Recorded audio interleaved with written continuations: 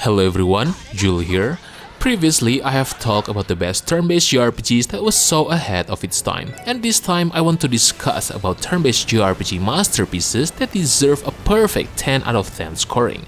These games, in my opinion, are the definition of games that have the most perfect experience or most content packed in the genre, and I totally understand if some of you might have a different definition of a perfect game. That being said, I'm totally aware if some of you might disagree with my list, but that's okay, because at the end of the day, we all have our own opinion. But before we go into the list, I want to introduce you to the best platform for buying games in this modern era, and it's called instant gaming. Instant gaming is the perfect place for you to shop in games these days. Your transactions are legit, fast, and their supports are ready 24/7, so you don't need to worry about anything. Do you think I was done? Not even close. They have lots of games for your favorite platforms, and they have the best deals as well. Instead of cutting your budget for dinner to buy new games, why not try instant gaming and eat healthy as well? All you have to do is just click my link in the description below, start searching for your favorite games, and use the activation code on your chosen platforms. By using my link, you're not only saving tons of money, but also helping me to support this channel. Alright then, let's get back into the list. Strange Journey is a game that doesn't seek compromise to satisfy everyone. Released for the Nintendo DS in 2009, it takes a clear stance on what it wants to be, philosophical, punishing, and deliberate, and it follows through without hesitation. At its core, Strange Journey is a dungeon-crawling RPG, one that draws on the lineage of first-person exploration games, but modernizes it with careful balance and nuanced progression. Each area feels distinct in both tone and layout, with increasingly complex mechanics that build on earlier foundations. Teleport traps, light puzzles, and shifting terrain are not just gimmicks. They push the player to think, to plan, and to observe.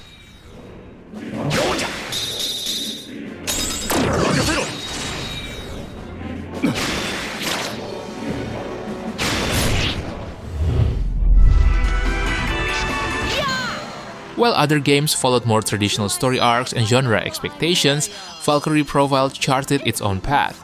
Structurally, Valkyrie Profile is daring. It breaks the game into chapters and gives the player a limited number of periods to act, forcing choices about where to explore and whom to recruit. Combat in Valkyrie Profile is fast and tactile, blending turn-based systems with timing-based mechanics. Each character is assigned to a face button, and coordination determines the effectiveness of combos and finishing moves. What makes Valkyrie Profile timeless is how well everything supports its central idea. The game isn't just using mythology as decoration, it's deeply concerned with what myths represent. The stories of its characters echo with moral ambiguity and human frailty. Even Lanneth, a godlike figure, is portrayed not as a distant force, but as someone slowly rediscovering her own humanity. Divine Assault! Nibelang Velesti!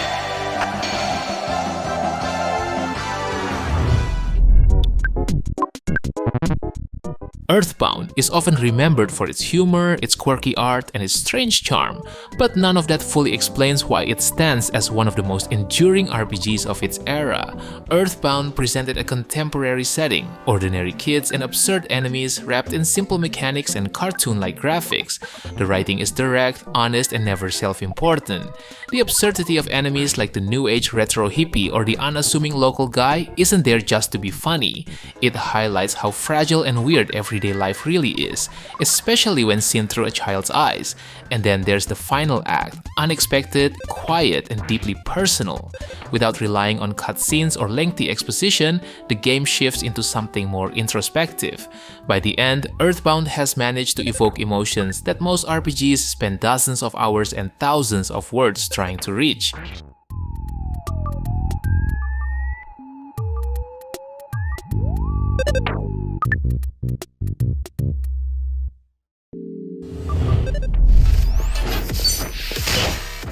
Like a Dragon Infinite Wealth is not just another entry in a long-running series, it is the moment when RGG Studio fully understands how to evolve its identity. Building on the bold shift from real-time brawler to turn-based RPG first introduced in Yakuza Like a Dragon, this sequel refines nearly every aspect and emerges as one of the most complete and rewarding modern JRPGs. Combat in Infinite Wealth retains the turn-based structure of its predecessor, but improves it in subtle and meaningful ways.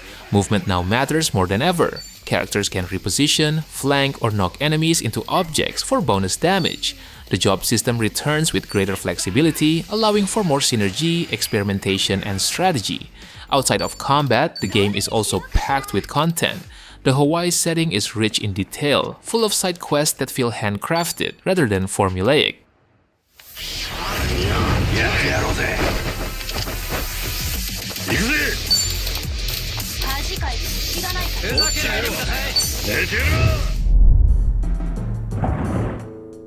The LUNAR Remastered collection is more than a nostalgic repackaging of two beloved classics. It is a thoughtful restoration of what made the Silver Star and Eternal Blue so emotionally enduring across generations. In remastered form, these emotional beats resonate even more clearly.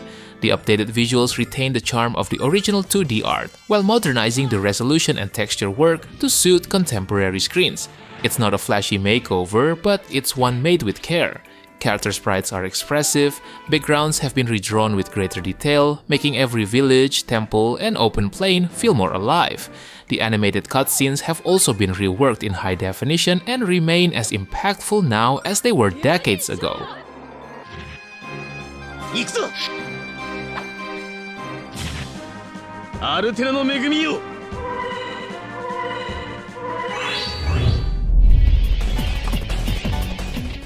Digital Devil Saga series are not just standout titles within the larger SMT universe. They are a rare instance of a duology that feels complete in both narrative vision and emotional execution. Released in the mid-2000s, these two PS2 RPGs set themselves apart in the series by switching the focus on creating a tightly scripted, character-driven story. Unlike other SMT titles, Digital Devil Saga abandons the demon negotiation system and instead gives each character their own fixed form.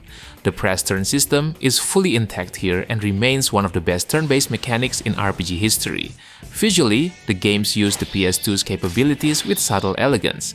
The environments are stylized and minimal, giving more focus to atmosphere than detail. The character designs are also memorable and symbolic, reflecting both the alien beauty and the psychological unease central to the story.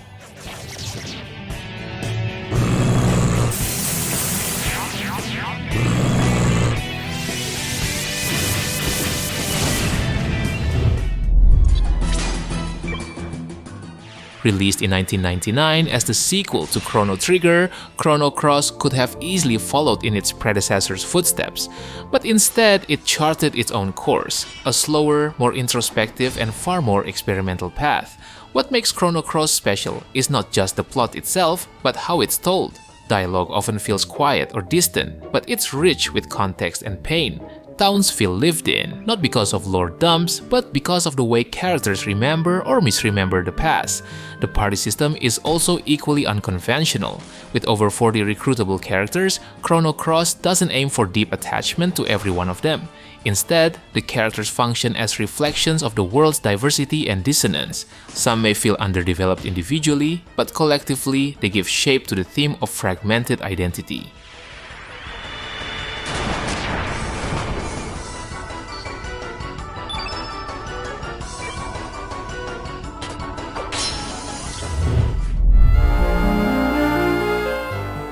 Dragon Quest V is a game that tells the story of a life, not just a quest, not just a coming-of-age arc, but the long, evolving path of a single person from childhood to parenthood.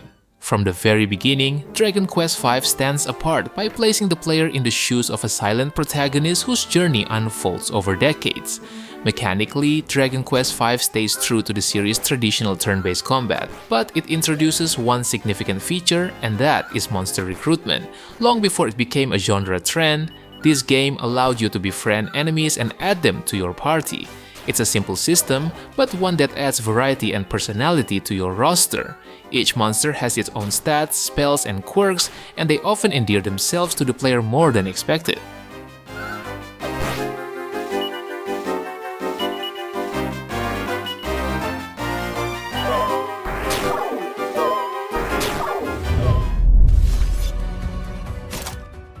Clair Obscur Expedition 33 is more than just a tribute to JRPGs.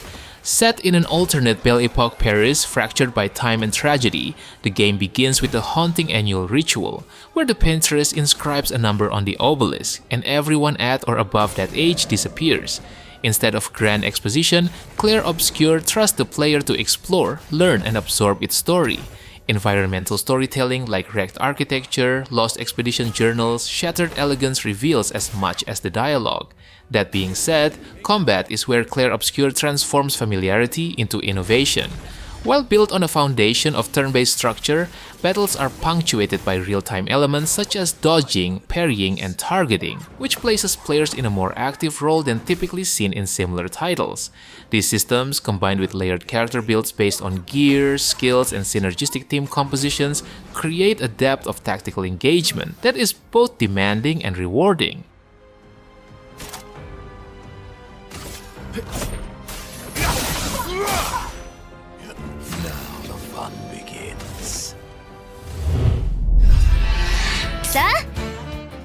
Octopath Traveler 2 doesn't reinvent its formula. Instead, it matures within it. The game refines the vision laid out by its predecessor and quietly becomes one of the most elegantly designed RPGs of its generation. At the heart of this game are its 8 protagonists, each with their own story, tone, and emotional core. Where the first Octopath was criticized for its lack of character interaction, the sequel listens and responds. Here, the game implemented joint storylines that pair characters together and explore how they respond to shared goals or dilemmas. As for the gameplay, Octopath Traveler 2 takes one of the best combat systems in the genre and improves it with small but meaningful adjustments. The break and boost mechanic remain as the core of its combat, but this time, you'll get the addition of latent powers, a unique character-specific ability that charge during combat. The job system also returns with more depth. Characters now have access to dual classes, and the synergy between jobs allows for broad creativity.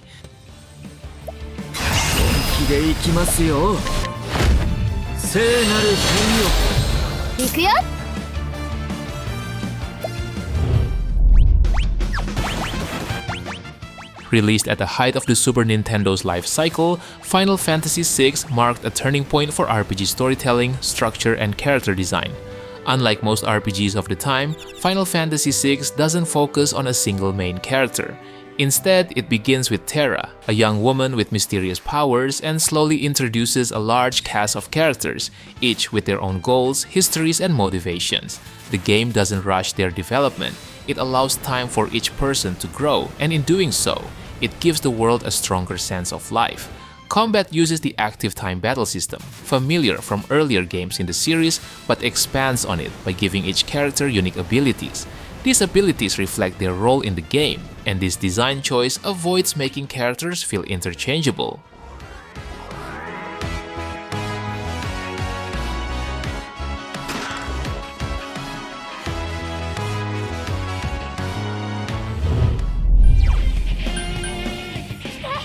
Persona 4 Golden may not be the flashiest RPG or the most mechanically complex, but it doesn't need to be.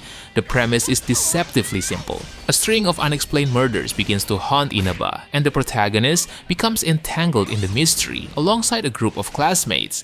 But where most RPGs would focus on the mechanics of solving the crime, Persona 4 makes the people affected by it the real heart of the story. Every dungeon is tied not to some villain's ambition, but to an individual's internal struggle. This edition adds even more texture to the original Persona 4 through additional content, new social links, expanded events, and even various quality of life improvements.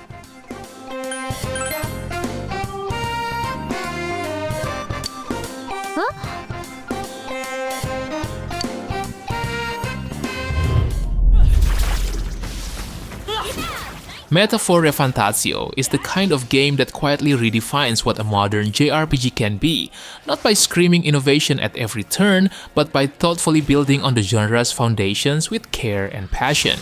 What makes Metaphor shine is how seamlessly it blends its RPG systems with the narrative.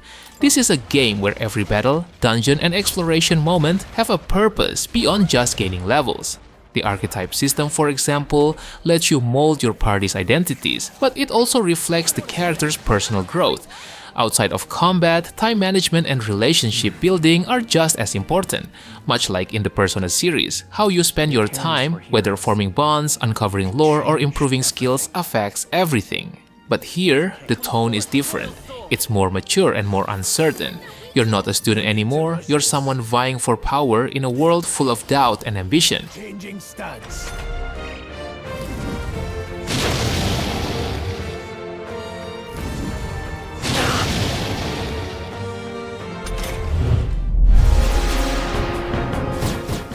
Final Fantasy X stands as one of the most refined and complete role-playing experiences in the genre's history.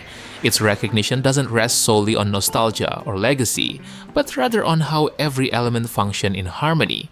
Visually, Final Fantasy X was a milestone for its time, being the first fully voiced and fully 3D Final Fantasy game. That being said, the core of this game is its battle system, a turn-based structure called the conditional turn-based battle. The CTB system removes the pressure of real-time decisions and instead allows the player to act strategically with a clear turn order displayed on screen. Players can also freely switch any of the 7 main characters in and out during combat with no penalty. This mechanic encourages full use of the party, ensuring that no character is left underdeveloped. Let them come.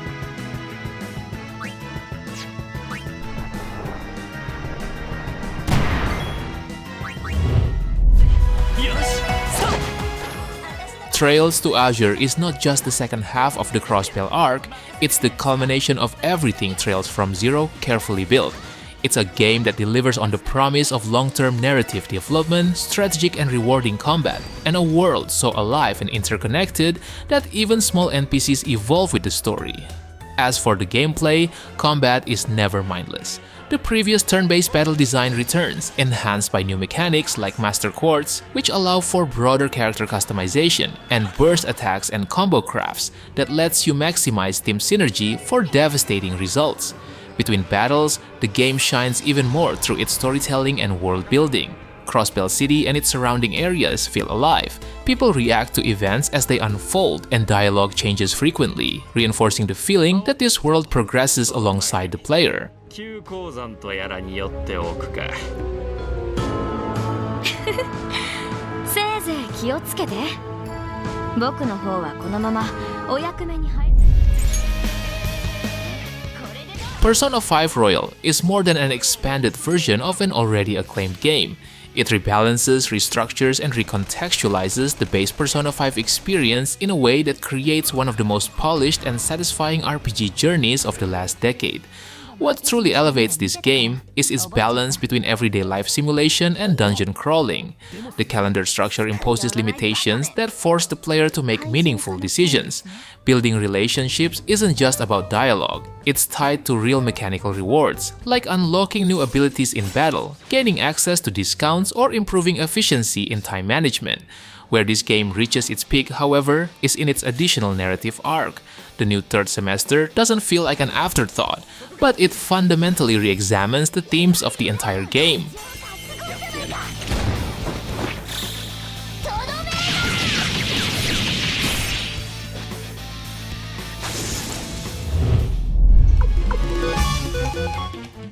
The Suikoden 1 and 2 HD Remaster is a faithful revival of 2 landmark RPGs that helped shape the golden age of the genre. Originally released on the PlayStation in the 1990s, these games were already respected for their political storytelling, expansive character rosters, and distinctive battle systems. Both games are known for the 108 characters that can join your cause throughout the game, each adding mechanical or narrative depth. Some offer powerful combat skills, others help in the army battles, and many contribute to the growth of your castle. Speaking of combat, your magic is tied to a rune system, where each character is limited to specific magic slots and rune types.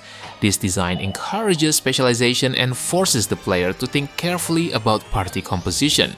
Each game has a few unique runes with world-altering powers, and many of the plot's major conflicts revolve around the ownership and legacy of these runes.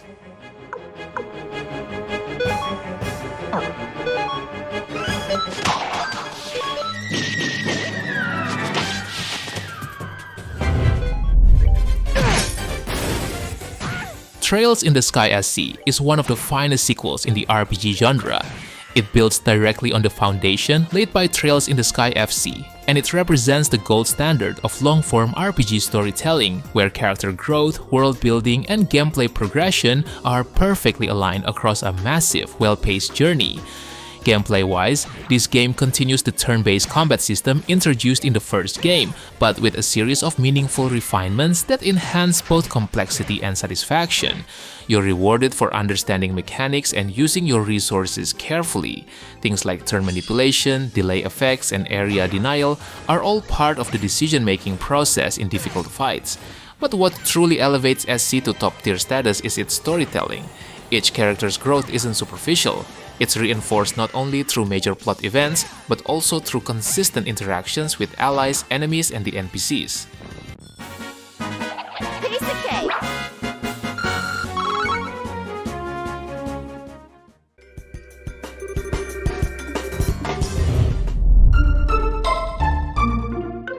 Released in 1995, Chrono Trigger is often described as ahead of its time. Even today, when modern RPGs trying to draw from its structure, few are able to match its clarity or cohesion. Narratively, Chrono Trigger is simple but deeply resonant. You're not just saving the world, you're traveling through its history, watching civilizations rise and fall, and influencing the course of events across multiple eras. The story flows from prehistoric times to the distant future, and each period offers not only visual variety but thematic contrast. There's no grinding wall, no inflated dungeon designs, and no padding between story beats.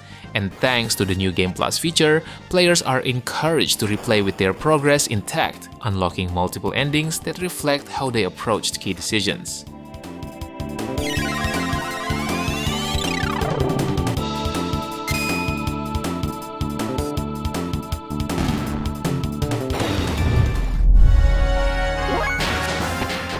Xenogears is a game that might not provide mechanical perfection, yet it delivers a once-in-a-generation experience that delivers something no other game dares to attempt, with a level of world building, emotional weight, and thematic density that continues to inspire debate and admiration decades later. At its core, Xenogears is built on two central gameplay loops, on-foot combat and large-scale gear battles. Both are turn-based but differ in pace, mechanics, and strategy. Outside of combat, exploration follows a traditional JRPG structure, but with more verticality and environmental interaction than most games of its era. The world of Xenogears is supported by a dense historical timeline, with layers of hidden lore presented through in-game text, optional discoveries, and, most notably, the infamous Dis-2 structure.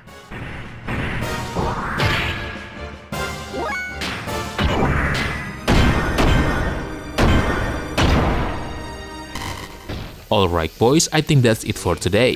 I know that there are other perfect turn-based JRPGs that I haven't mentioned yet, so how about sharing your best perfect turn-based JRPGs that probably deserve the spot in the comment section below. Don't forget to like the video and make sure to subscribe to the channel if you don't want to miss another great list. Thank you for watching and have a good day. Peace!